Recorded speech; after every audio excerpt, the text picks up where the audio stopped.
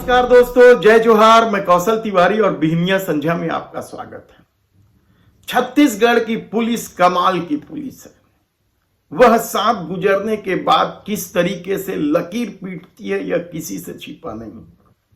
लगातार अपराध बढ़ते जा रहे हैं और लोग आरोप लगा रहे हैं कि छत्तीसगढ़ को जंगल राज में तब्दील किया जा रहा है। लेकिन गृह मंत्री की अपनी ठसक है तो पुलिस का अपना। और शायद यही वजह है कि हाई कोर्ट से गिरफ्तारी का आदेश आने के बाद भी, फरार घोषित करने के बाद भी पुलिस गिरफ्तार नहीं कर रही है। मामला हेट स्पीच का है कि किस तरीके से एक समाज के खिलाफ, एक धर्म के खिलाफ भारतीय जनता पार्टी के दो नेता हेट स्पीच करते हैं। पहली बार जब ये नेता हेट स्पीच किए थे तब समाज ने माफ कर दिया था, रिपोर्ट लिखाई थी, वापस ले लिया था। लेकिन ये दूसरी बार फिर पहुंच गए और इस बार इस समाज ने इन दोनों नेताओं को सबक सिखाने का फैसला कर लिया है। मामला हाई कोर्ट तक पहुंचा। हाई कोर्ट ने गिरफ्तारी वारंट जारी कर दिया और पुलिस पिछले कई महीने से इन दोनों नेताओं को फरार बता रही, जबकि ये दोनों ही नेता सार्वजनिक कार्यक्रम में भी दिखाई देते हैं। यह जन चर्चा है। ये दोनों नेता कौन हैं? भारतीय जनता पार्टी के दिग्गज नेताओं में शुमार हैं। हालांकि अभी तक उनके तमाम कोशिश के बाद भी उन्हें टिकट नहीं मिली है पार्टी से। विधानसभा चुनाव लड़ना चाहते हैं तो। लेकिन जिस तरीके से पुलिस खेल खेल रही है या सत्ता के इशारे पर ऐसे आरोपियों को संरक्षण दे रही है या गिरफ्तार नहीं कर रही है, उसे लेकर अब ईसाई समाज में जबरदस्त आक्रोश है। जगह जगह इन दोनों की गिरफ्तारी की मांग को लेकर ईसाई समाज बड़ा आंदोलन कर रहा है, प्रदर्शन कर रहा है। और अब तो भिलाई में 24-25 अक्टूबर को ईसाई समाज बड़ी संख्या में जुटने वाले हैं। ईसाई समाज के नेता क्या कहते हैं, पहले वह सुन लीजिए।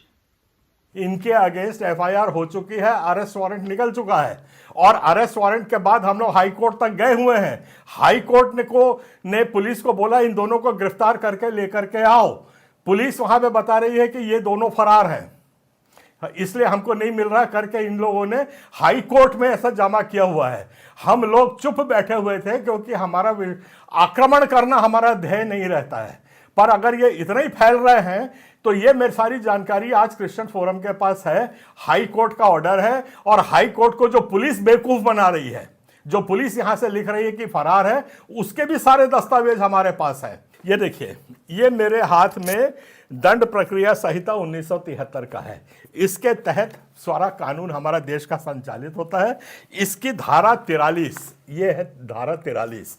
ये धारा 43 में आपके नॉलेज के लिए पढ़ के सुना देता हूं। यह है प्राइवेट व्यक्ति द्वारा गिरफ्तारी और उसकी प्रक्रिया। जब पुलिस गिरफ्तारी नहीं करती है तो आम नागरिक को भी गिरफ्तार करने का अधिकार है।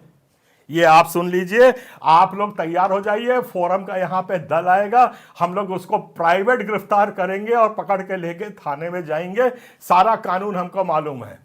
इन दोनों को पकड़ के लेके जाएंगे और थाना में जमा करेंगे और थाने में दम होगा तो इनको छोड़ के दिखाएंगे। और कहां पे हाई कोर्ट में क्या करना है, ये फोरम आपके साथ है। ये हमने बहुत अपमान इनका सह लिया है। यानी आप सोचिए कि छत्तीसगढ़ को किस तरीके से सांप्रदायिकता के आग में झोंकने की कोशिश हो रही है। हमने पहले भी बताया कि बीरनपुर का मामला हो, कवर्धा का मामला हो या फिर नारायणपुर का मामला हो, छत्तीसगढ़ जैसे शांत प्रदेश, जिसे शांति का टापू माना जाता है, उस प्रदेश में पिछले 5 सालों में किस तरीके से जहर घोलने की कोशिश की गई है। लगातार धर्म के नाम पर जिस तरीके से नफरत का जहर फैलाने की कोशिश की गई थी, उसका असर भी कहीं कहीं दिखाई देने लगा है। मॉब ब्लीचिंग का मामला हो या जन आक्रोश के चलते आरोपियों के घर पर हमला का मामला। अब ऐसी परिस्थिति में पुलिस क्या ऐसे अपराधियों को भी गिरफ्तार नहीं करेगी? यह सवाल इसलिए गंभीर है क्योंकि छत्तीसगढ़ की फिजा में कभी इस तरह की बातें सामने नहीं आई थी। हालांकि कोशिश कई लोगों ने अपने अपने तरह से कई बार की,